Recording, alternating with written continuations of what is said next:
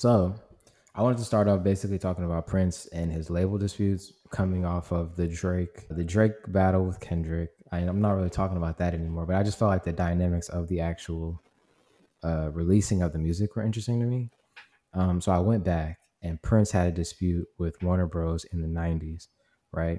And basically, it wasn't. And this summary was that I'm reading off of, or sort of put together. I put it in Gemini, so it put some details in there that aren't completely true.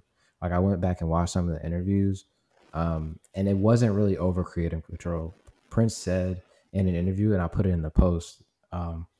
He said that they never really had a problem with things that he said in the music. Like whatever he said, he could say. There was never really that. It was honestly just ownership of the project, right? He said he wanted to be able to own it and sell it to the end of time, and they could lease it or rent it, right? So they could earn on it together in the moment that it's releasing. But after like a certain time period, which is how most contracts work now, he wanted to be able to just own it and go distribute it however he wanted after that, right? So the thing that most people in the public saw from this dispute was when he changed his name in 1993. He changed his name to an unpronounceable symbol seen as a symbolic rejection to Warner Bros. Right? This was because they owned the ownership of his name and identity, so he couldn't release music under his own name or likeness at the time. And so he figured out a workaround on how he could potentially still put out music under a different name, alias, identifier and stuff like that. And he was writing slave on his face, which is, I feel like, a pretty popular image. A lot of people have seen Mm-hmm. images of Prince performing with that on his face. And this point I thought was very interesting in relation to Drake, if you want to go back to it in a minute. But it says Prince intentionally flooded the market with lower quality albums, hoping to pressure Warner Bros. To renegotiate his contract. Right. So between like, I think it was 91 and 96, he put out like a ton of albums.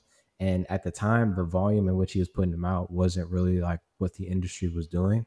And it was a bunch of different types of music. And while he never said, I feel like lower quality is subjective in my opinion. Like, because if he does like jazz or something like that, the people who know him for pop or rock may not agree with that and may deem it as lower quality, but I don't see it that way. So I saw it as an interesting way of like, if he's putting out music that the label doesn't want from him or music that doesn't identify with his core audience that people may not buy, then the Warner Bros. May be forced to drop him. That was the idea. If I'm putting out a ton of music that they don't want, they'll renegotiate the contract in my favor. So that's how I looked at it.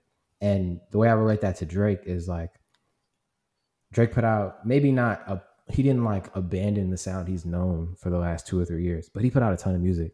You know what I'm saying? And I found that as an interesting like overlap between this label dispute and the one that is a speculative label dispute, right? Like we don't know if it is or isn't, but I just found that as an interesting thing that could have been similar. But outside of that, I don't really see much other overlap, right? So eventually in 94, they did renegotiate the contract, and Prince gained more creative control over his rights of his earlier recordings, which is what he had wanted. And eventually in 2014, he ended up re signing with them in another deal. So he must have negotiated better terms along that time. But I don't know. It was just interesting to see that, like, if you watch Prince interviews, the way he talks about his IP and creative control, like he was talking about 360 deals in 2009, and it's just um, recognizing that I made this thing and I should own it, and you helped me make the thing, so you should profit off it a bit. But once you recoup X, Y, Z or so much, or you make so much money, I still made this at the end of the day, so I should be able to take this with me somewhere else. Um, but yeah, I thought that was interesting. Well, I definitely do think that's interesting. I could see that similarity between him and Drake because, I mean, people have been talking and saying, at least from CLB probably until now, some of the Drake albums have been quote unquote lower quality. But like you said, it's subjective because there's a lot of songs in those albums that I liked.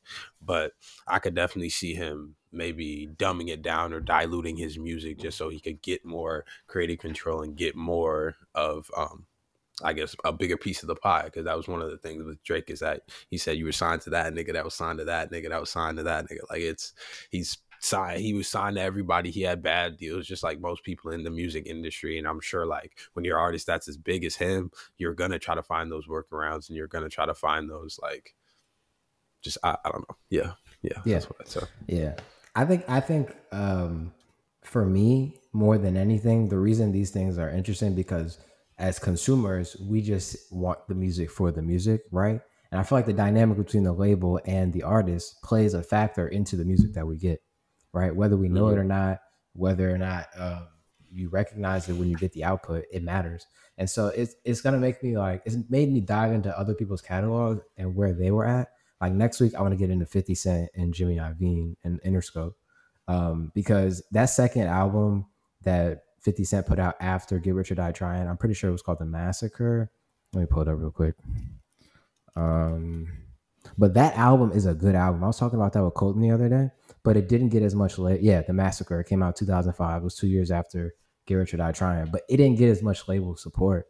And I've heard people on other podcasts and read in other articles how 50 Hmm. Cent was going through it with his label around that time after Get Rich or Die Trying. So it's interesting to see like, yo, this project, it's not Get Rich or Die Trying. Like that's like one of the most classic hip hop albums of all time. But it was still a good album and it still had platinum records on there.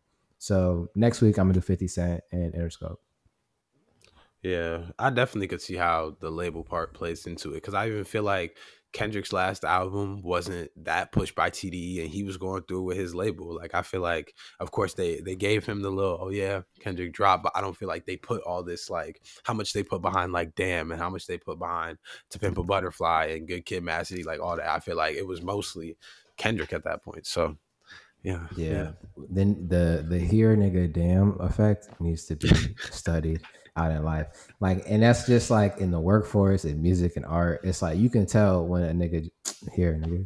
You know what Yeah, I'm saying? You yeah, can bro. tell.